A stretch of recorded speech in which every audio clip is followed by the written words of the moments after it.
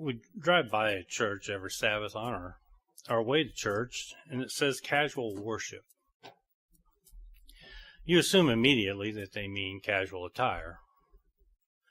I decided to look up the church on the internet to see what they meant by casual worship. They have two churches, just 5 miles apart. They have 4 services between the two. One of the first things on the website is to let you know that you can come in casual attire. You just come as you are. It also shows that one of their services is so casual that they all sit around at tables and eat breakfast goodies and drink orange juice and that while the minister gives the sermon. So they're pretty much casual on everything. They do have a traditional one, but they said that was still pretty relaxed. This is a trend that seems to be happening, across America and maybe even the world. This started me thinking, does it matter? What does God require? I looked up the definition of casual, and it said happening by chance without definite or serious intentions, relaxed or unconcerned. I thought, does the Bible give explicit instructions of what God requires? Let's turn to Exodus 19:10.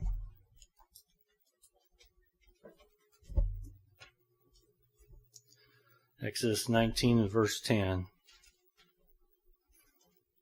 Then the Lord said to Moses, "Go to the people and consecrate them today and tomorrow, and let them wash their clothes." The requirement to come before God for the children of Israel was to be clean clothing. We are coming in the presence of God when we come to church, like when we come here today. When Moses and Joshua came into the presence of God in separate occasions, they were both told to remove their sandals as a sign of reverence because they were standing on holy ground. When I first started working at Walmart, the men were required to wear a tie. If you'll dress up in order to have a job, why would you not dress up before you go in front of the King of Kings? I even asked one of the guys who goes to a Baptist church, and I asked him if he'd dressed up. I was 100% sure he'd say yes. He goes, "No." And I'm the usher.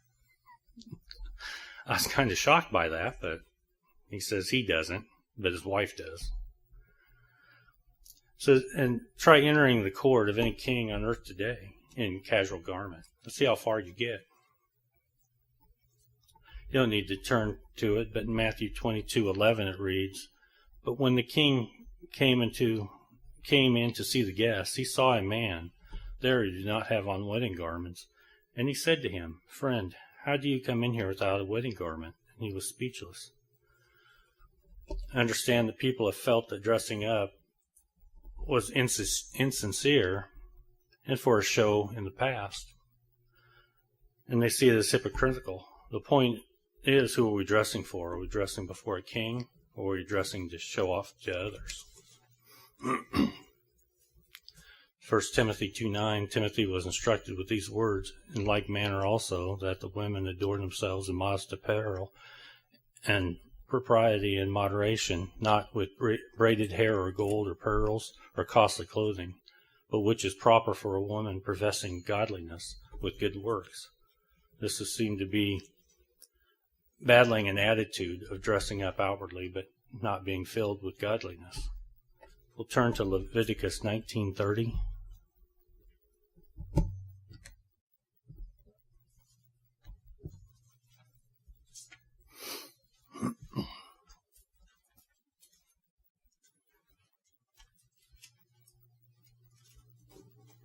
Leviticus 19:30 says, "You shall keep my Sabbaths and reverence my sanctuary. I am the Lord." That shows that we must show reverence in the worship of God and in the place where he has put his name. Even King David had to learn the lesson of not showing proper reverence for the things of God. If you'll turn to 2 Samuel 6, verses 3 through 7.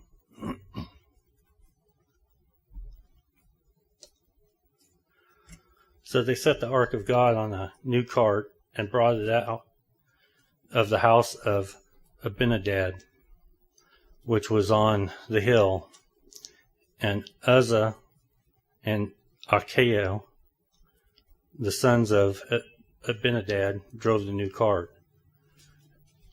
And they brought it out of the house of Abinadab, which was on the hill, accompanying the ark of God. And Achio was before the ark. Then David and all the house of Israel played music before the Lord on all kinds of instruments of fir wood, on harps, on stringed instruments, on tambourines, on sistrums, and on cymbals.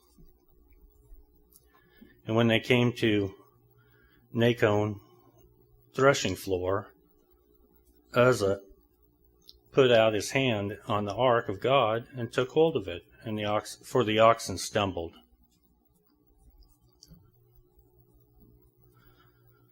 In verse 7, then the anger of the Lord was aroused against Uzzah, and God struck him there for his error, and he died before the ark of God. Problem was, the ark was specifically designed to be carried on the shoulders of men in the priesthood with staves through the rings. They were carrying it on a cart pulled by oxen, the way the Philistines had done when they captured it, and God was not pleased with their casual attitude. God also gave specific instructions on garments of the priesthood that we don't have time to go into. But we are now a royal priesthood, a chosen generation before God. You must come before God with reverence and in the best clean garments that you have. I'll be reading to you from Revelation 20, verse 7. Now, in the 1,000 years that expired, Satan will be released from his prison. Verse 8, and he will go out and deceive the nations which are in the four corners of earth, Gog and Magog, to gather them together to battle, whose number is to be as the sand of the sea. Verse 9, they went up on the breadth of the earth and surrounded the camp of the saints in the beloved city, and the fire came down from God out of the heaven and devoured them. After 1,000 years of no Satan and continual peace, it would seem that you would have a casual attitude. I'm sure they will be warned of the prophecy and told to make themselves ready for the deception to come. But will not heed the warning. They'll be complacent, and sure they are showing the proper respect and will be caught off guard. I want to look once again at the definition of casual.